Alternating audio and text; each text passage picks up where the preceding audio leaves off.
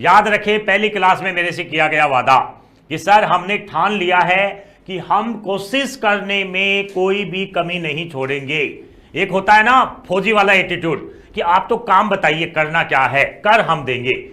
तो वो जो करवाने वाला काम है, आपसे जितना मैं कह रहा हूं उतना काम कर दीजिए। आपके कमेंट्स पढ़ रहा हूं, ऐसे नहीं सोचे कि आपके कमेंट्स नहीं पढ़े जा रहे हैं।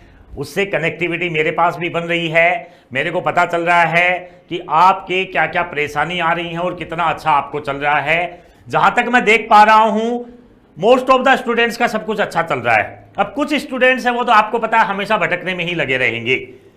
यार आप लोग बच्चे हो बच्चे, और मेरे लिए हिंदुस्तान का एक भी बच्चा अगर नेगेटिव कमेंट, मेरे लिए नहीं, मेरे कोई फर्क नहीं पड़ेगा आपके नेगेटिव कमेंट से। बात यह है कि वो भटका हुआ क्यों है। कुछ बच्चे तो अभी भी टीचर्स की कमेंट्स में लगे हुए हैं, इससे पढ़ना है उससे पढ़ना है। अरे जिससे पढ़ना है उससे पढ़ना स्टार्ट कर दो यार, टाइम मत वेस्ट करो।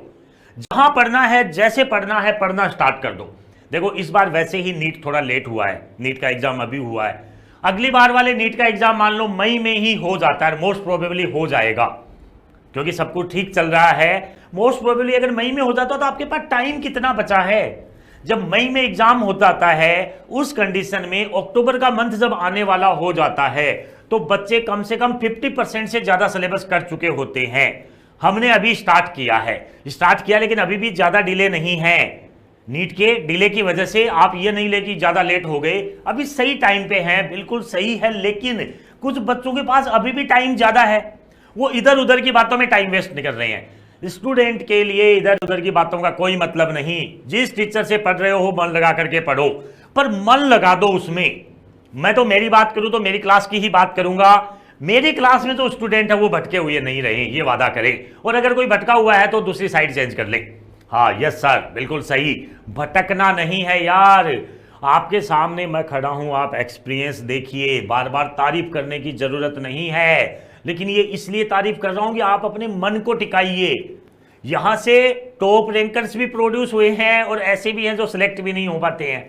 मतलब मेहनत बच्चे की होती है, मेहनत करने वाले आप बनो। हाँ यस, आप अर्जुन बनिए, गुरु द्रोण बनने की कोशिश मैं पूरी करूंगा, टेंशन ना लें।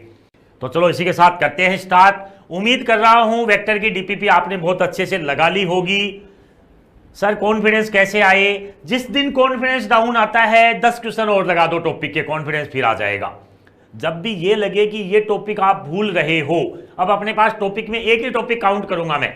बेसिक मैथ कुछ नहीं, वो बेसिक जानकारी है, धीरे धीरे चलती रहेगी।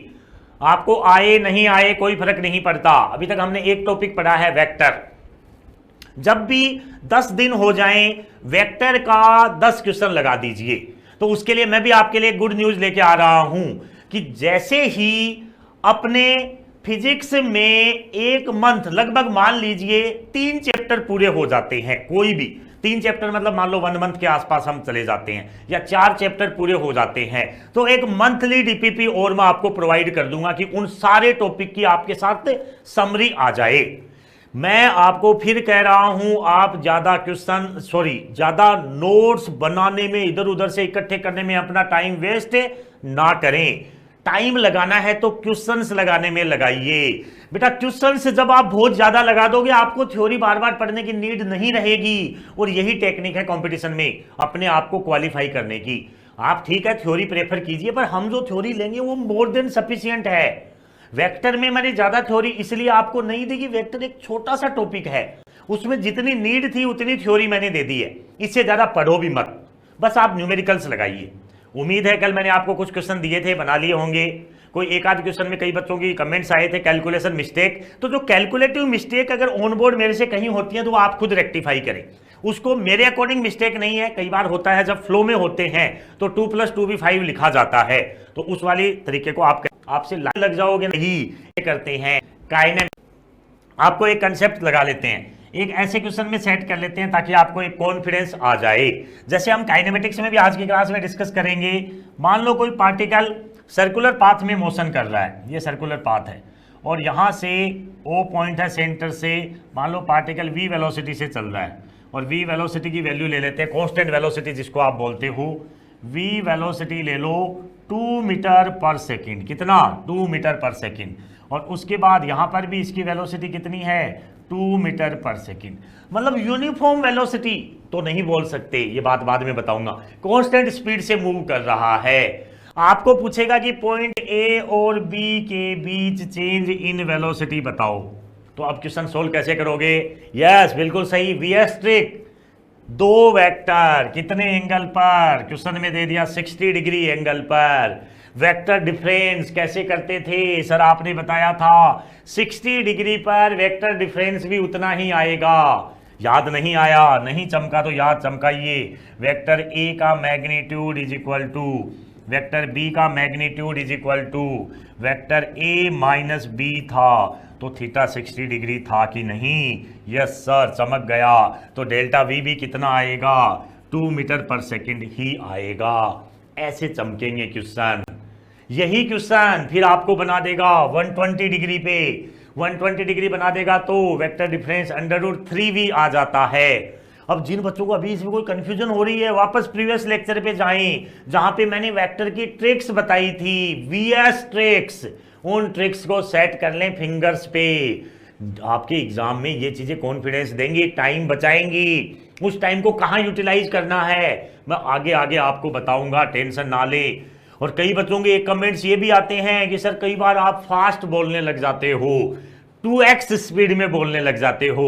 वो 2x स्पीड इसलिए है कि वो टॉपिक इतना आसान है कि 2x पे आप समझ जाओगे। इसलिए यार आप ज्ञान ज्यादा दो ही मत, आप तो ज्ञान लेने की कोशिश करो। ज्ञान देना स्टूडेंट्स का काम नहीं है, स्टूडेंट्स का काम है ज्ञान लेना। ज्ञान देने का काम मैं खड़ा हूं ना आपके सामने, आप तो लेते जाइए। कैसे देना है, क्या देना है, वो मेरे को पता है। आप तो लेते जाइए, आपको रिजल्ट शानदार मिलेगा। तो चलो इसी के साथ करते हैं स्टार्ट। ऐसे क्वेश्चन बना लेते हो। A dot B, A cross B में तो कुछ है ही नहीं सर। ए डॉट बी का फॉर्मूला था A B cos theta, A cross B का A B sine theta. Yes, N cap. N cap उसकी डायरेक्शन बताता है, उसको वेक्टर बनाता है। फिर हमने देखा था क्रॉस प्रोडक्ट में ट्रायंगल का एरिया निकाला था, क्या था? 1/2 magnitude of A cross B. Parallelogram का निकाला था ए क्रॉस बी का मैग्नीट्यूड। यस सर, चमक गया। तो इतना वेक्टर में अगर आपको आता है, मोर देन सफिशिएंट है। प्रीवियस ईयर के क्वेश्चन मैं आपको ज्यादा करके वेक्टर में दे चुका हूं। कोई एक दो क्वेश्चन नहीं भी है तो आप अपनी आदत बनाएं कि प्रीवियस ईयर के क्वेश्चन तो आप लगा लो। ये काम तो मैं आपको दे रहा हूं।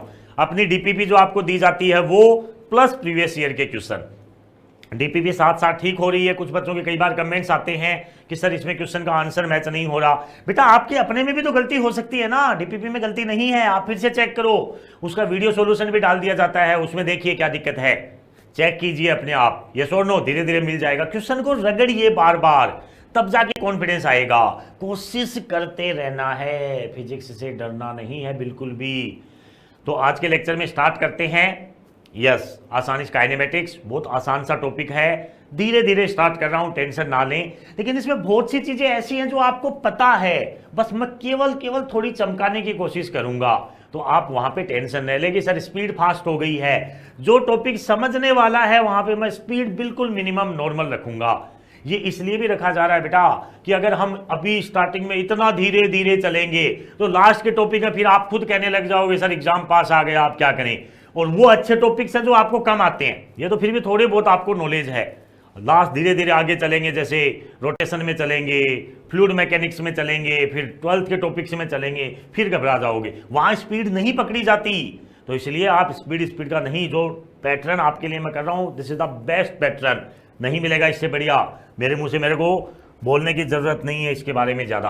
करते हैं स्टार्ट। सबसे पहले बेसिक पॉइंट है, काइनेमेटिक्स होता क्या है, ये कोई आपसे पूछेगा नहीं, पर काइनेमेटिक्स में अब हम बॉडी को चलाने लग जाएंगे। चलाएंगे तो सही, लेकिन ये नहीं पता पड़ेगा कि चलने का कारण क्या है। मतलब kinematics study of motion without considering it coach, कि बॉडी चल तो रही है पर क्यों चल रही है नहीं पता काइनेमेटिक्स।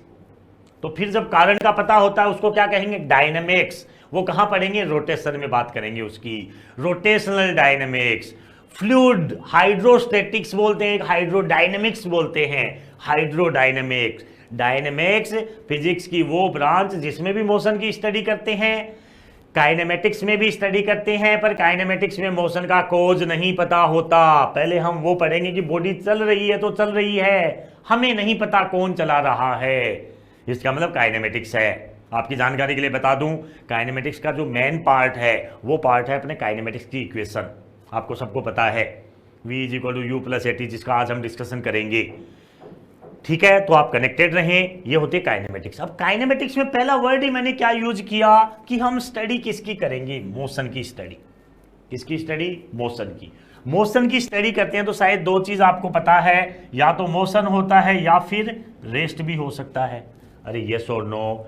तो रेस्ट और मोशन की क्या डेफिनेशन है वो पढ़ने के लिए पहले ये देखना होता है कि आप बॉडी को देख कहां से रहे हो। जैसे बचपन में आप लोग दो बराबर में चलने वाली ट्रेन में बैठ जाते थे, सेम स्पीड से ट्रेन चल रही है और दो स्टूडेंट बैठे हो अलग अलग ट्रेन में, एक दूसरे को देखते हो। ट्रेन अगर सेम स्पीड से चलती है तो ऐसे लग रहा है दोनों रुके हुए हो। या प्लेटफॉर्म पे कई बार देखते हो ट्रेन रुकी हुई है, आप बैठे हो, उसके पास से दूसरी ट्रेन निकली, आपको लग रहा है अपने वाली ट्रेन चल रही है। मतलब सर फ्रेम ऑफ रेफरेंस के कारण ऐसा हो रहा है। किसके कारण? Frame of reference. ये क्या होता है सब?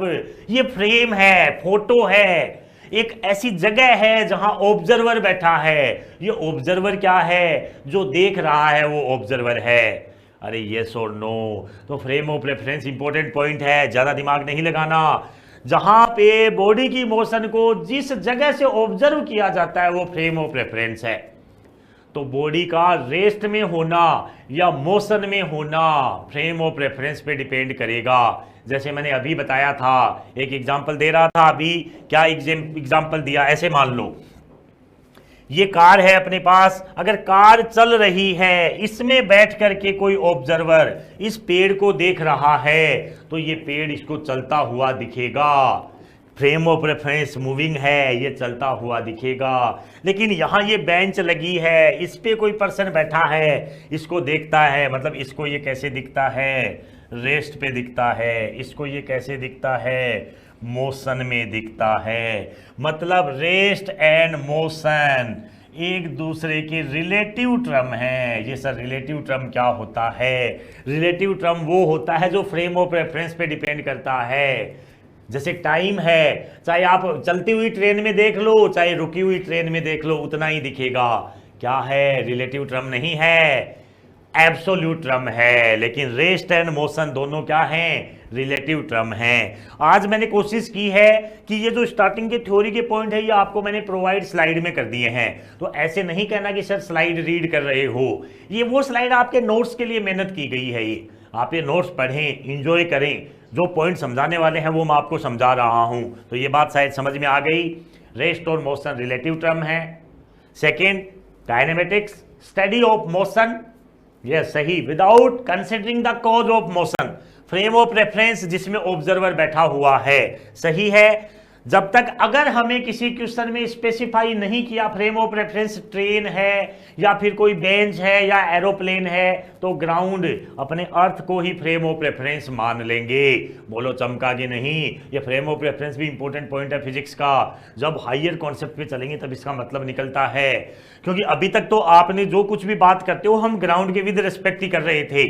ज्यादा करके बच्चों को ये तो पॉइंट क्लियर होता है क्योंकि वो तो आप प्रैक्टिकली देखते हो। अब दूसरे फ्रेम ऑफ रेफरेंस में कैसे करेंगे वो क्वेश्चन मैं आपको समझाऊंगा, टेंशन अभी से नहीं लेनी। तो आई थिंक ये पॉइंट क्लियर है। चलें आगे। यस सर, देखिए मोशन और रेस्ट आपको डिफाइन कर चुका हूं मैं। इसके विद रिस्पेक्ट, ये अगर चल रही है v वेलोसिटी से तो इसके विद रिस्पेक्ट ये किस में है सर? मोशन में। और यहाँ अगर कोई पर्सन बैठा है इसके विद रिस्पेक्ट ये किस पे है? रेस्ट पे।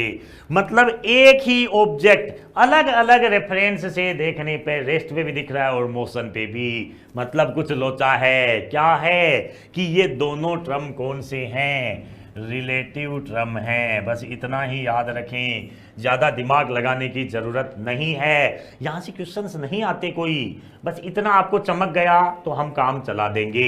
यस और नो? Yes sir. ये क्या है सर? रिलेटिव का मतलब क्या है? Which depends on frame of reference, मतलब रिलेटिव है। जैसे टाइम है वो कौन सा है? एब्सोल्यूट टर्म है, वो उस पर डिपेंड नहीं करता। किस पर? फ्रेम ऑफ रेफरेंस पे। आई थिंक ये बात समझ में आ गई होगी। यस सर, बिल्कुल आ गई। चले आगे, चलिए आगे। आ जाइए। अब ये चीजें भी आपको बताने की नहीं है, ये केवल मैंने अलग से इसलिए बनाई है कि आपको थोड़ा सा चमके कि ऐसा फिजिक्स में होता है, ऐसे नहीं है, ऐसे मत करना, स्लाइड नहीं पढ़ रहा हूं मैं, ये चीज एडिशनल है, नॉर्मली बताते नहीं है, पर आपका रिवीजन हो जाए एक बार, क्योंकि इनके एग्जाम में क्वेश्चन नहीं आते। जब कोई भी बॉडी मोशन करता है तो कैसे करता है, एक मोशन तो है मैं बिल्कुल स्ट्रेट लाइन में चल रहा हूं, लाइक दैट, फौजी की तरह फ्लेट, यस। वो कौन सी है सर, एक डायमेंशन में चल रहे हो आप, वन डायमेंशन। एक होता है मैं चला, फिर मैंने टर्न किया, एक मोड़ आया, 2D मोशन, कौन सी 2D मोशन। और तीसरा अब मैं काम आपको करके नहीं दिखा, मैं चला भी, मैं मुड़ा भी और मैं उड़ा भी, 3D। 1D 2D 3D शायद आप सबको पता है। 1D में एक डायमेंशन की जरूरत होती है, 2D में 2 डायमेंशन की और 3D में 3 डायमेंशन की। अपने फिजिक्स में कौन कौन सी पढ़ेंगे सर, 1D मोशन तो आज ही हम स्टार्ट कर रहे हैं 1D ही, जिसमें हम क्या पढ़ेंगे, body drop from small height, ऊपर से गिरती है सीधी नीचे आती है, यस और no. Motion of train along a straight track, सीधे मैं चल रहा हूं चाहे ट्रेन चल रही है, 1D मोशन। 2D मोशन का आगे डिस्कस करेंगे, प्रोजेक्टाइल मोशन, ऐसे फेंकते हैं, एक्स एक्सिस पे भी कंपोनेंट, वाई एक्सिस पे भी, 2 axis 2 dimension 2D। Circular motion में भी ऐसे चलता है, एक्स पे भी है वाई पे भी है, 2 डायमेंशन, याद रहे, ये शायद आपको पता है चीजें।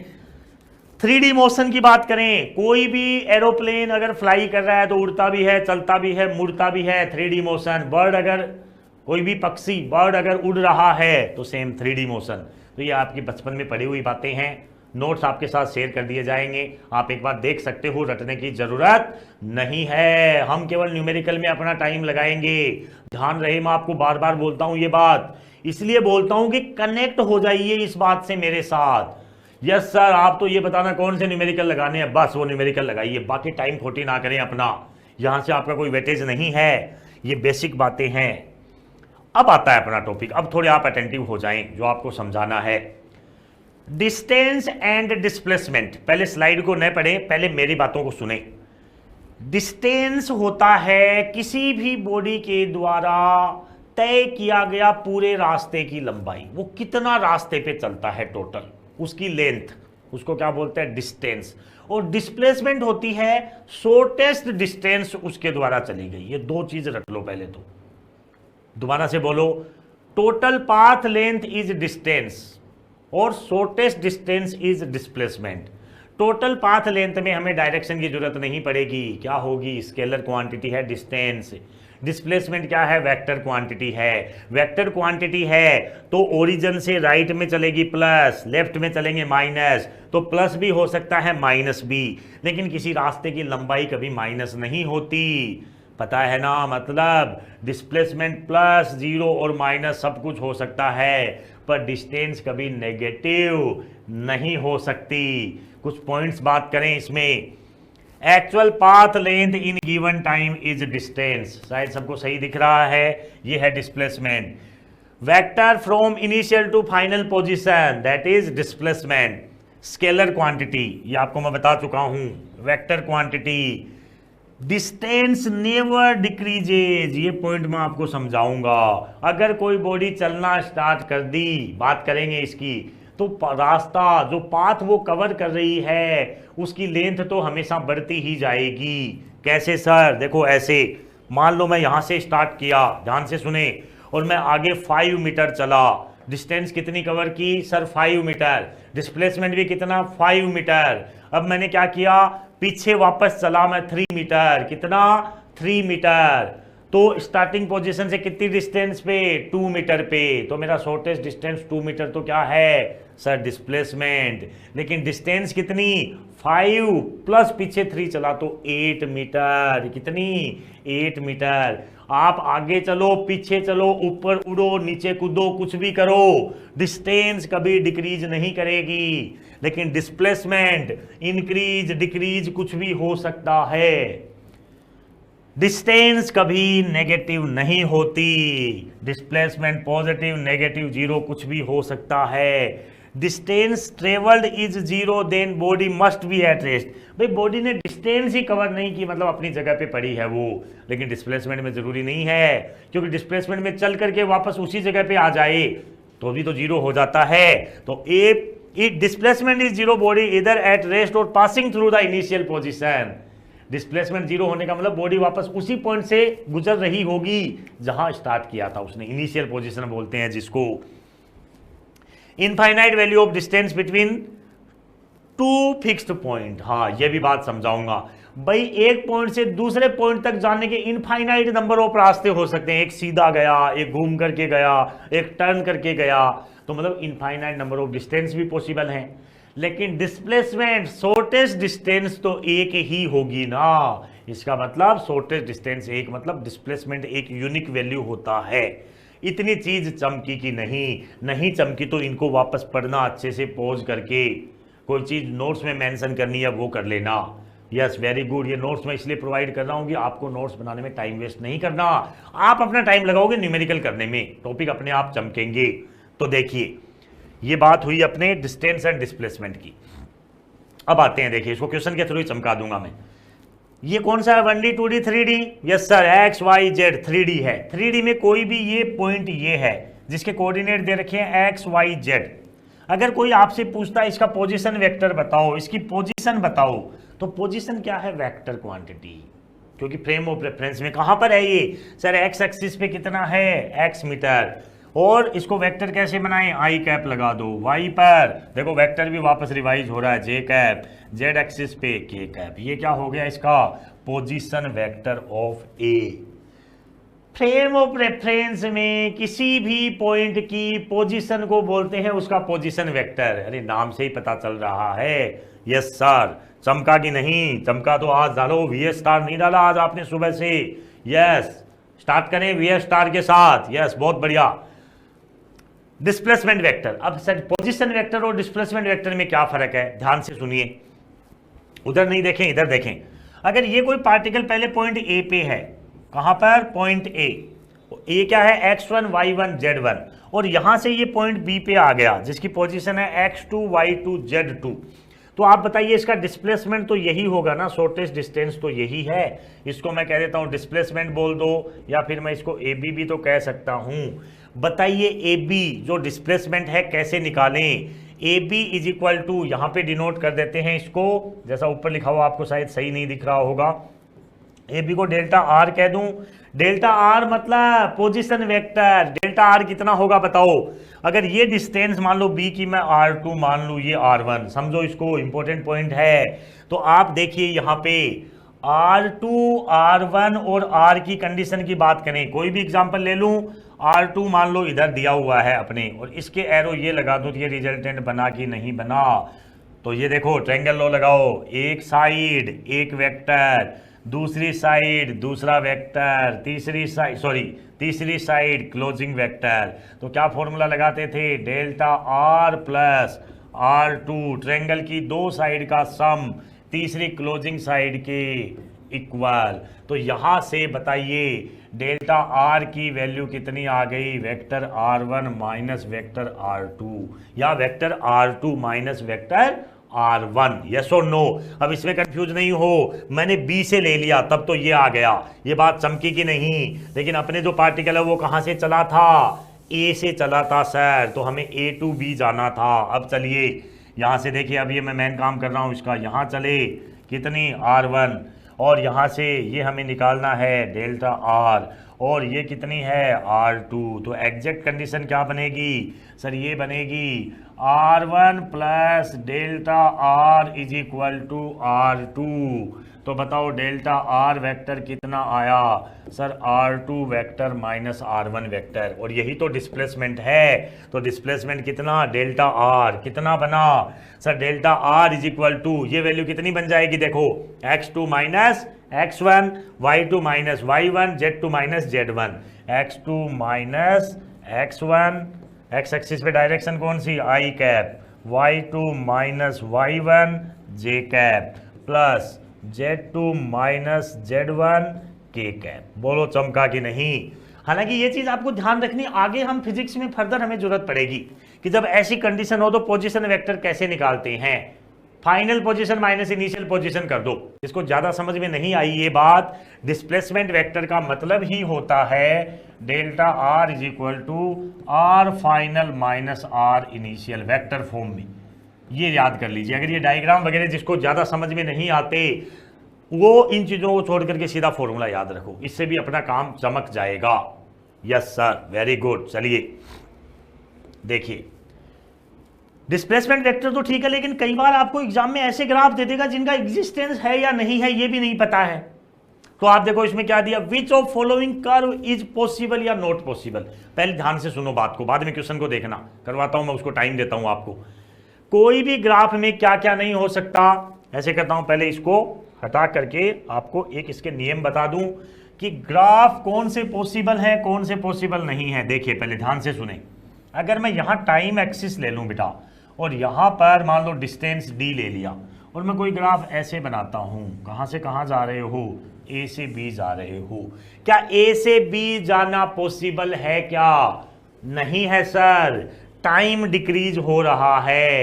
अरे यस और नो, ए से बी नहीं जा सकते, टाइम क्या हो रहा है, डिक्रीज हो रहा है, मतलब ये ग्राफ पॉसिबल ही नहीं है, इम्पॉसिबल कर्व। एक पॉइंट। दूसरा देखिए, अगर कोई ग्राफ ऐसा बना दूं, ये डिस्टेंस और ये टाइम, इसको यहाँ से स्टार्ट कर दिया, क्या ये पॉसिबल है? क्या सर नहीं, -t आ रहा है, पॉसिबल नहीं है। और ग्राफ बनाता हूँ, ध्यान से सुनो, ये d है, ये t है, क्या ये ग्राफ अगर मैं ऐसे बना दूं, मान लो यहाँ से ऐसे ऐसे ऐसे, बताओ पॉसिबल है क्या?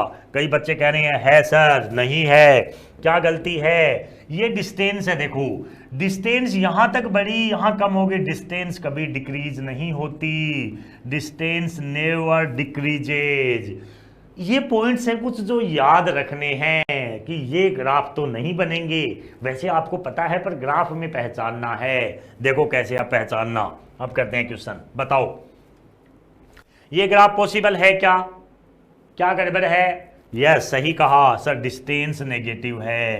क्या है? डिस्टेंस। लिख देता हूं आपके नोट्स बनाने के लिए, डिस्टेंस क्या है? नेगेटिव है, जो पॉसिबल नहीं है। डिस्टेंस कभी नेगेटिव नहीं होती। ये ग्राफ देखिए, आप कई बच्चे कह रहे हैं सर इसमें तो डिस्टेंस पॉजिटिव तो है, लेकिन देखो डिस्टेंस डिक्रीज हुई है। एक मूविंग बॉडी की डिस्टेंस कभी डिक्रीज नहीं होती। अरे बॉडी चल रही है, अगर वो टर्न करे, चाहे पीछे मुड़े, चाहे आगे दौड़े, कुछ भी जोड़े, डिस्टेंस में हमेशा वो पाथ की लेंथ ऐड करते जाते हैं, डिस्टेंस कभी डिक्रीज नहीं होती। शायद बात समझ में आ गई होगी। तो डिस्टेंस नेवर डिक्रीजेज, ये ग्राफ भी पॉसिबल नहीं है। इसमें देखो क्या प्रॉब्लम है, शायद ये तो ठीक दिख रहा है, डिस्टेंस बढ़ी, कोई दिक्कत नहीं है, कांस्टेंट तो हो सकती है। बॉडी पहले चली, फिर रुकी, देखो यहाँ पे रेस्ट पे है, और फिर चलने लग गई वापस। ये सही है ग्राफ। बोलो चमका कि नहीं? Yes sir. इसमें आ जाइए, खुद पहचान लिया होगा आप लोगों ने। यस, क्या गड़बड़ है बताओ बताओ? यस, डिस्टेंस नेगेटिव है, जो हो नहीं सकता। यस और नो? डिस्टेंस कभी नेगेटिव हो जाए ये कभी हो नहीं सकता, और टाइम कभी नेगेटिव हो जाए ये मैं कभी होने नहीं दूंगा। सर नहीं चमका, नहीं चमका तो आप धीरे से चमकाइए इसको। आ जाइए, आप चमकाते हैं क्वेश्चन के थ्रू। देखिए, particle start from this point और एंड फ्रॉम दिस पॉइंट। ये क्या है? इनिशियल पोजीशन, RI बोल दें इसको। ये क्या है? Final position. बोलो इतना तो पता चलने लग गया होगा अभी। इनिशियल पोजीशन वेक्टर क्या है बताओ? इसको फॉर्म में लिख लो, x के साथ क्या? I cap plus J cap plus K cap. Final position vector बताओ क्या है? बहुत बढ़िया, बताइए। 4I cap plus 5J cap plus 13K cap. बहुत बढ़िया। डिस्प्लेसमेंट वेक्टर कैसे निकालें बताओ? कौन बताएगा? देखते हैं। बहुत बढ़िया, जल्दी डाले कमेंट बॉक्स में। डेल्टा आर मतलब क्या बताया? कुछ भी नहीं आए तो R final minus R initial कर देंगे सर। ये फाइनल, ये initial. 4 - 1 3I cap, 5 - 1 plus 4J cap, 3 है कि 13, सॉरी 13 - 1 प्लस 12K कैप। बोलो चमका कि नहीं? लेंथ ऑफ शॉर्टेस्ट पाथ क्या पूछ रहा है? शॉर्टेस्ट पाथ आते ही मतलब डिस्प्लेसमेंट ही पूछ रहा है। क्या पूछ रहा है? डिस्प्लेसमेंट, लेकिन मैग्नीट्यूड पूछ रहा है उसका। इसका मैग्नीट्यूड निकाल दो। बोलो कितना? 9 + 16 अंडर रूट ये स्क्वायर प्लस ये स्क्वायर प्लस ये स्क्वायर 144। ऐड करो जल्दी से। अंडर रूट 169 आया कि नहीं? ये कितना? 13 मीटर। बोलो चमका कि नहीं? चमका तो डाले VS स्टार। Very good. देखो जल्दी जल्दी बनाइए। लेकिन अब ये मैंने आज क्वेश्चन ज्यादा दिए हैं तो ऐसे नहीं कहना फास्ट करवा दिए, इसलिए कि आपकी प्रैक्टिस अच्छी हो जाए। बन गया होगा सबका? Particle moving along straight line OABOC, पहले कहां से चला? O से। ये स्टार्टिंग पॉइंट है, ये स्टार्ट किया। O से कहां गया? B पे गया। नहीं, गलत बता दिया क्या? O से पहले A पे गया। देखो OA पहले कहां गया? OA पे गया। OA से फिर कहां गया? B पे गया। कहां पे गया? B पे गया। B से फिर कहां गया? फिर O पे गया। फिर O से कहां गया? C पे गया। तो क्या बताना है? डिस्प्लेसमेंट। हो गया डिस्प्लेसमेंट, तो यही तो डिस्प्लेसमेंट है। कौन सा हो गया डिस्प्लेसमेंट? OC। OC कौन सा? Fourth option. डिस्प्लेसमेंट क्या है? OC। अच्छा डिस्टेंस पूछ लेता तो कितनी? चलो यहां लिख देता हूं। देखो डिस्प्लेसमेंट तो कितना आ गया? OC। OC कितना है? अब ये भी देखो O के विद रिस्पेक्ट उधर 4 है, तो कितना लिखे? -4 मीटर। डायरेक्शन लगाओ तो -4 I कैप कह दो। लेकिन डिस्टेंस कितनी? सर यहां से यहां 5 + 3 8 चला। 8 चल करके वापस 8 आया 16। कितना चला? पहले 8 चला, फिर 8 चला और फिर उधर गया 4। कितना आया? 16 20 मीटर। अरे बोलो चमका कि नहीं? यस सर चमक गया। चमक गया तो चलिए आगे देखो। अब थोड़ा लेवल बढ़ाते हैं अपना। अगर कोई पार्टिकल यहां से चलता है A से और ये रास्ता चलते हुए यहां पहुंच जाता है B पे, फाइनल पोजीशन। ये देखो डायग्राम नहीं दिख रहा तो मैं उसको डार्क कर देता हूं। Theta angle. पहला तो बताओ डिस्टेंस कितनी, दूसरा बताइए डिस्प्लेसमेंट कितना। जिन बच्चों को नहीं आ रहा डिस्टेंस तो कितनी? A to B यानी आर्क ही तो डिस्टेंस है। AB क्या है? आर्क निकाल लो। आर्क का फॉर्मूला क्या था? Angle is equal to arc divided by radius. यहाँ पे थीटा इंटू आर हो जाएगा कि नहीं? थीटा क्या है? रेडियन में लेना है। जो भी दिया जाए किस में ले लोगे? रेडियन में। दूसरा काम इनिशियल से फाइनल पोजीशन। कल वाला पॉइंट याद करें। इनिशियल पोजीशन कितनी? O के with respect sir R। Final position कितनी? Sir R। देखो कंफ्यूज नहीं होना। मतलब initial minus final delta R ही तो पूछ रहा है। क्या पूछ रहा है? Delta R। वेक्टर मतलब R final minus R initial. जब R वेक्टर मतलब vector A is equal to vector B होता है, vector A is equal to vector B होता है, तो वेक्टर A माइनस B का मैग्नीट्यूड क्या बताया था वेक्टर में? याद करें जल्दी। यस कितना? 2A sine theta by 2। 2A का मान कौन है? R sine theta by 2। बोलो डिस्प्लेसमेंट चमका कि नहीं? यस सर ऐसे चमकाने हैं। देखो वेक्टर भी वापस रिवाइज हो रहा है। हर फिजिक्स के हर पॉइंट पे ट्रिक है, खोजने वाला चाहिए। इसलिए खुद की खोज में निकल, फिजिक्स से क्यों हताश है, जब विजय सर तेरे साथ हैं। करिए क्वेश्चन जल्दी चमकाइए। Particle moving on circular path cover quarter of the circle in given time, find ratio of distance and displacement. कैसे कवर कर रहा है बताइए। अब इसमें क्वार्टर सर्कल में मूव कर रहा है। कैसे मूव किया? अब अपने को ये पॉइंट दिया है, हम तो यही मानेंगे कि पॉइंट ए से, मैं बता देता हूं आपको चमकाते हैं। पॉइंट ए से पॉइंट बी तक गया, इस रास्ते से ऐसे चला ऐसे चला ऐसे आ गया। मान लो रेडियस आर ले लेते हैं। कितनी रेडियस ले ली बेटा? आर, कैपिटल आर ले लो। अब चला कौन सा है रास्ता? पूरा नहीं देखना है, रास्ता हमें ये चल रहा है। बताओ ए से बी गया। अब आप बता सकते हो डिस्टेंस को बताइए पहले जल्दी से, कितनी डिस्टेंस चला? आसान सा पार्ट है सर। डिस्टेंस ये आर्क की लेंथ ही तो है। आर्क की लेंथ कैसे निकालें? एंगल कितना? π/2 रेडियन। रेडियस कितनी? आर। इतना मीटर आया कि नहीं? यस सर चमक गया। डिस्प्लेसमेंट में तो कुछ करना ही नहीं है, कैसे निकालें बताइए? यस सर ये तो वैसे ही बन रहा है सीधा सा। क्या बन रहा? पाइथागोरस थ्योरम लगा दें।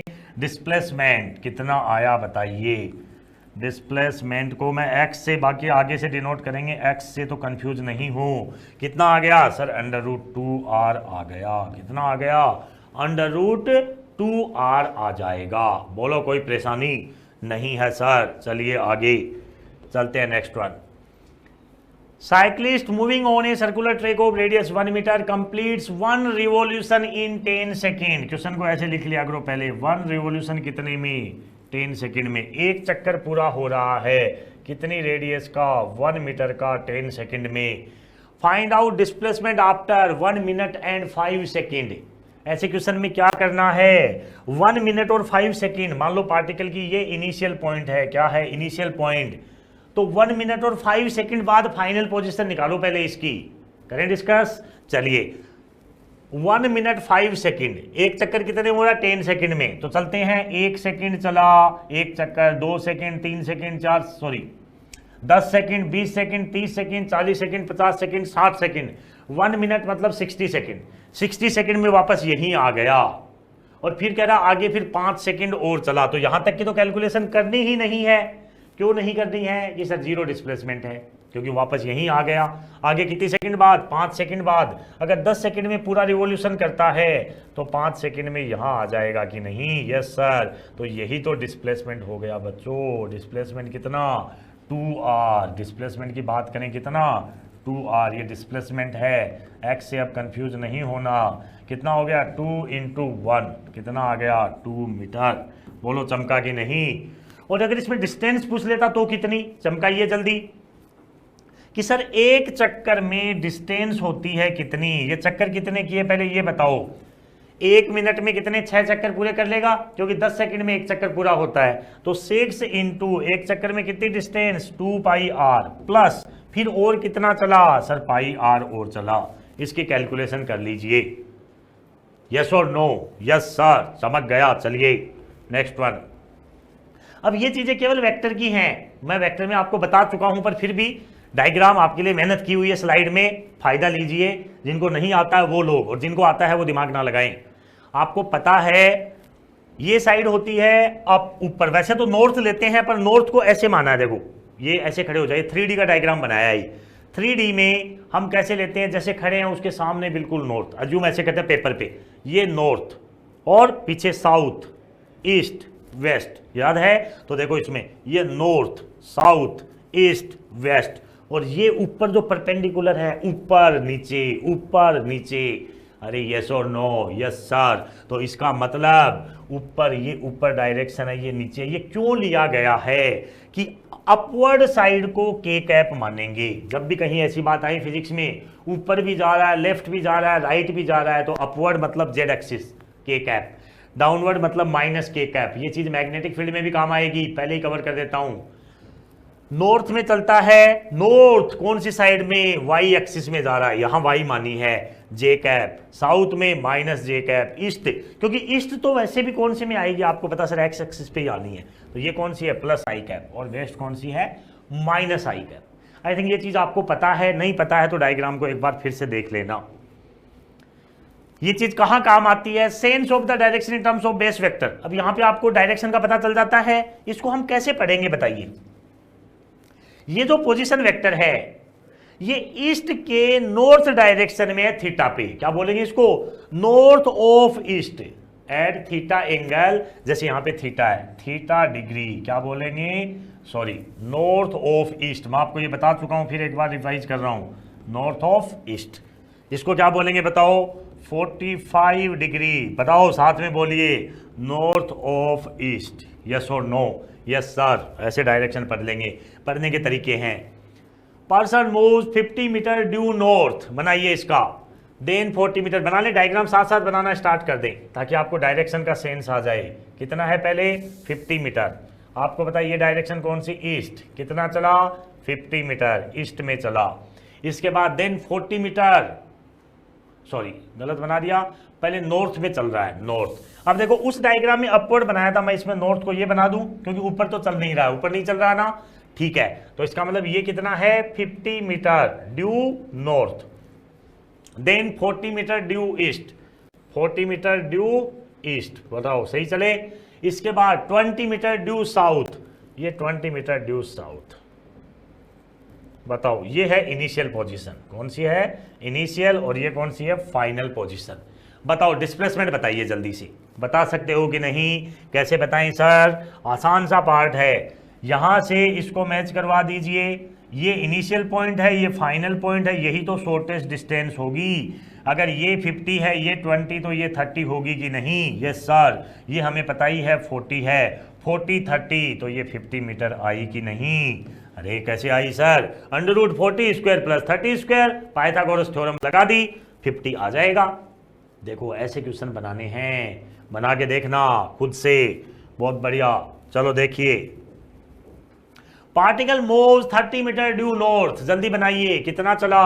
30 मीटर चला दीजिए नॉर्थ में, सर चला दिया। इसके बाद 20 metre due east, 20 metre due east, ये 20 मीटर, साथ साथ आप बनाते रहें। Then 20√2 metre due south waste.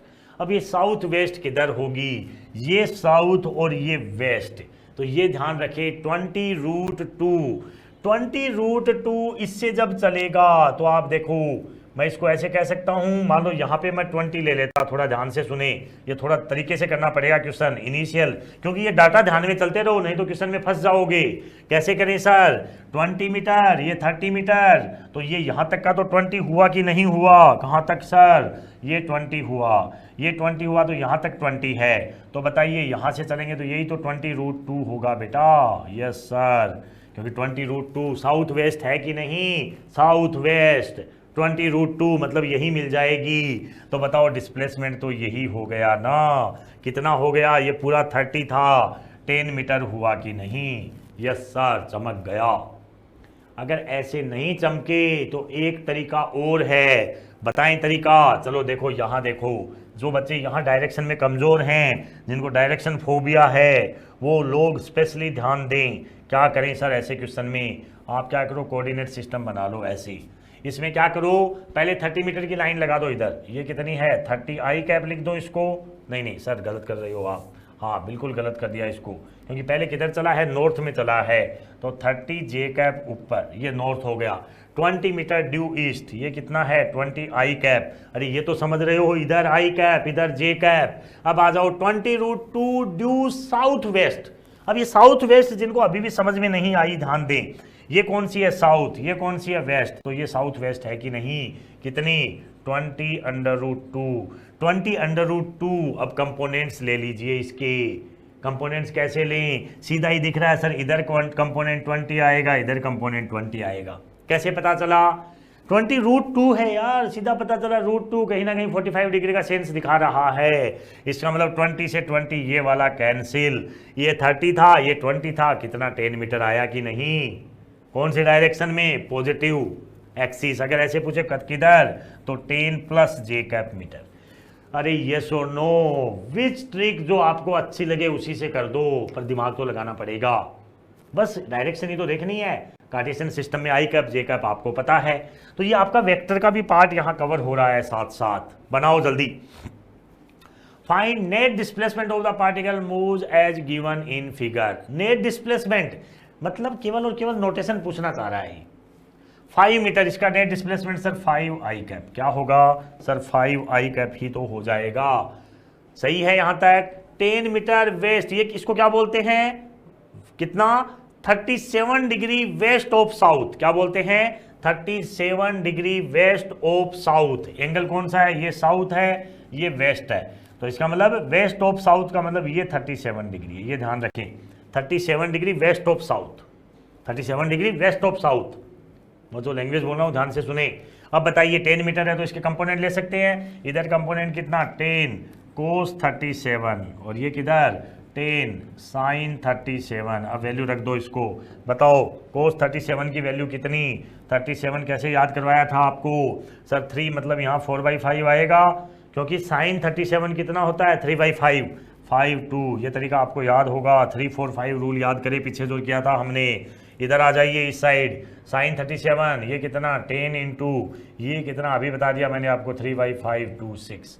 तो कितना बन गया बताइए? इस डायरेक्शन में 8 उस डायरेक्शन में 6, तो -6 आई कैप और ये -8 जे कैप। मैग्नीट्यूड पूछता तो इसका √6² + 8² कर दीजिए। यस सर, चमक गया। 20 मीटर, इसको कैसे पढ़ोगे?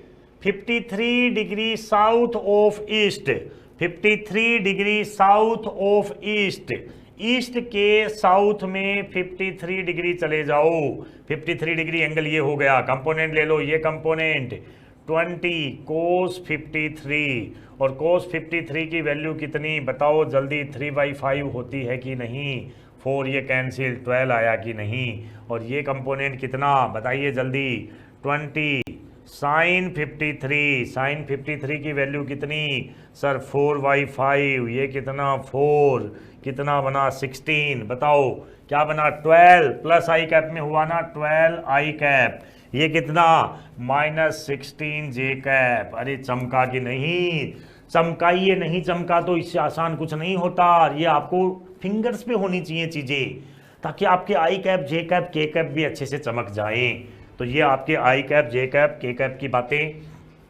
देखिए next one, particle move 30 metre due north. 30 metre north किधर? ये नॉर्थ है सर। कितना चला? 30 मीटर। ये तो शायद हम कर चुके हैं, वही है ना? यस, ये वही क्वेश्चन है एज इट इज, है ना? कितना बनाया था हमने उसमें याद करें, आपका काम है। शायद कितना बनाया था? 20 उधर, 10√2 उधर, 30, शायद 10 मीटर आया था फाइनल।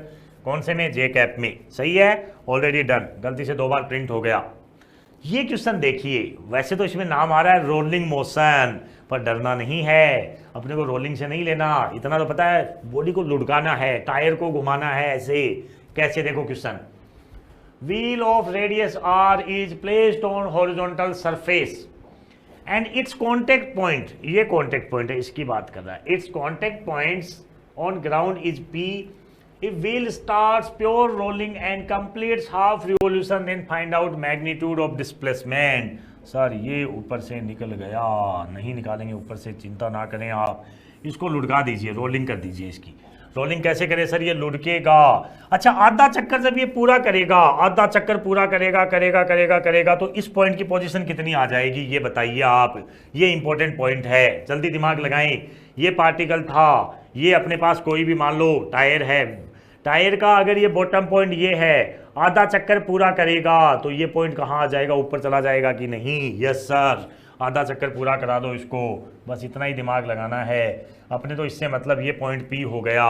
अच्छा, पॉइंट पी हो गया तो बताओ आधे चक्कर में ये डिस्टेंस कितनी होती है? टोटल 2πr, सर्कल की फॉर्म में चल रहा है तो ये πr हुई कि नहीं? यस सर, ये πr डिस्टेंस, ये डिस्टेंस आपको पता है सर, इसकी डायामीटर 2r, तो यही तो डिस्प्लेसमेंट होगा। अरे यस और नो, डिस्प्लेसमेंट ये होगा। बताओ कितना बना? अच्छा क्वेश्चन है, एग्जाम में कई बार घुमा देता है। डिस्प्लेसमेंट बेस स्क्वायर प्लस ये स्क्वायर, बताओ कितना? √πr का स्क्वायर प्लस 2r का स्क्वायर। यस और नो, ये हो गया डिस्प्लेसमेंट। बोलो चमका कि नहीं? ऐसे क्वेश्चन ध्यान रखें, ये वैसे एग्जाम में आते नहीं है इस तरह के क्वेश्चन, पर आपको थोड़ा पता तो होना चाहिए। यस सर, क्लियर है। चलो देखिए आगे, अब चलते हैं डिस्टेंस और डिस्प्लेसमेंट में, शायद आप कंफर्टेबल हो। एक आध क्वेश्चन वो बच गए जिसमें जे कैप यानी के कैप पे भी चला जाए, उसका एक क्वेश्चन मैं आपसे पहले पूछ लूं, शायद आप बता देंगे। चलो 1 मिनट, स्पीड स्टार्ट करने से पहले एक पॉइंट आप बताइए। मान लीजिए यहाँ पे कोई मंकी है, बंदर है, उछल कूद कर रहा है। ये मंकी इधर चला, मान लेते हैं 30 मीटर। कितना चला? 30 मीटर। इसके बाद क्या किया? ये इधर चला, किधर चला? और उधर चला। इसके बाद 40 मीटर चला। अब क्या किया? ये यहाँ से एक पोल पे चढ़ गया, एक खंबे पे चढ़ गया। यहाँ खंबा खड़ा कर दो, और पोल जो है उसकी पोल की हाइट है वो दे दी है मान लो 50 मीटर। कितनी? 50 मीटर। तो बताओ, पहले तो डिस्टेंस अगर कोई पूछे तो बता ही दोगे सर, 30 + 40 + 50। डिस्टेंस की तो मैं इसलिए बात नहीं कर रहा, कोई भी कैलकुलेट कर ही देगा, उसमें तो ऐड करते जाना है। जो भी लेंथ है उसको कुछ माइनस नहीं करना, लेंथ कभी डिक्रीज नहीं होती। यू कैन से डिस्टेंस कभी डिक्रीज नहीं होती। डिस्प्लेसमेंट में है, बताओ कितना? जल्दी 30 चला, 40 चला, 50 ऊपर चढ़ गया। कैसे बनाएं?